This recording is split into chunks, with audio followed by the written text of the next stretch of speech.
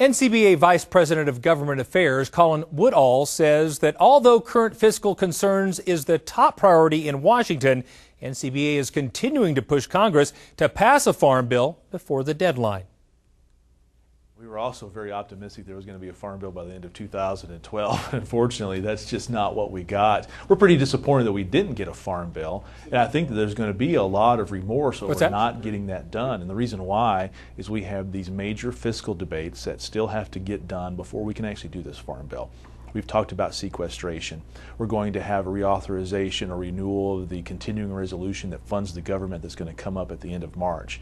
And then we have the big debate over the debt ceiling, which will happen in May. Until all three of these are put to bed and we know how much money is out there, it's going to be very difficult to write a farm bill. And that September 30th deadline is going to come very, very fast. So we do not share the optimism that we're going to get a farm bill. We'll probably see some other short-term extension, but we are working very closely with the House and the Senate Ag committees to try to get something done to make sure we maintain our priorities, which is no livestock title, make sure we keep all the marketing competition issues out of it, make sure we keep the HSUS, United Egg Producers Agreement, off of this bill, try to preserve conservation funding, try to preserve research funding, and also make sure that we reauthorize the disaster programs. That's really where we're going to be focusing. We recently had a chance to sit down with a few members of Congress to get their thoughts on passing a farm bill. We have more in this week's Cattlemen's Capital Concerns.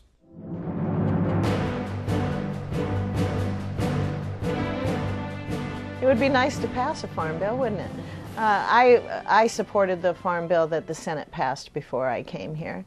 I think it was a good bipartisan effort. It was a good compromise. Hopefully we'll see that presented again and passed again by the Senate.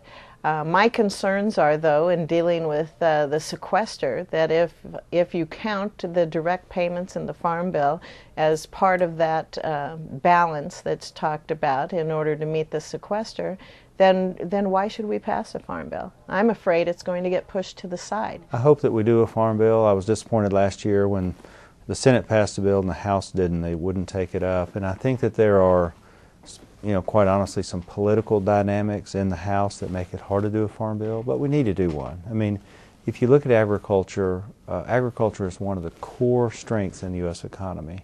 We do a lot of things well in this country, but there's no one that does agriculture better than the U.S. The Agriculture Committee has to go back to work, hopefully use the bill that we passed last time around as a blueprint. Maybe we'll have to tweak it, change it, whatever. But now we got to deal with a sequester, a brand new baseline, and there's going to be less money.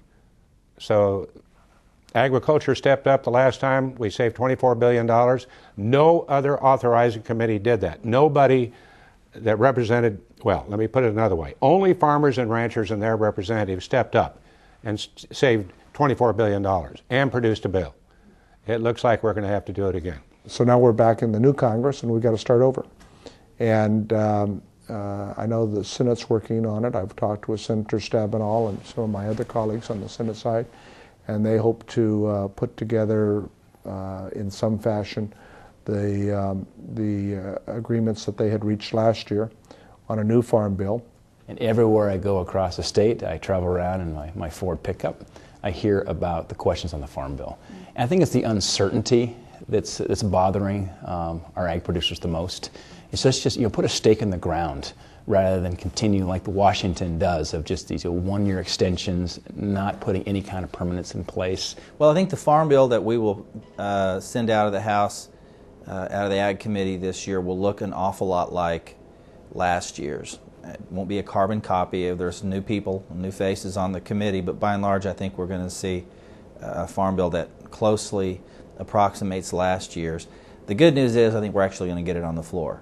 Now, what it looks like after it's been put on the floor and what we send over to the Senate, it's open to speculation because there'll be a lot of amendments brought to the floor to address the House Farm Bill. And then hopefully we'll be able to reconcile that fairly quickly with the Senate. I think we will. And I think we'll get it done this year. The National Cattlemen's Beef Association works hard every single day to make sure your voice is heard in Washington, D.C. Won't you become an NCBA member and help protect our business and our way of life? Just give us a call at 1-866-USA-BEEF or email us at C2C@beef.org.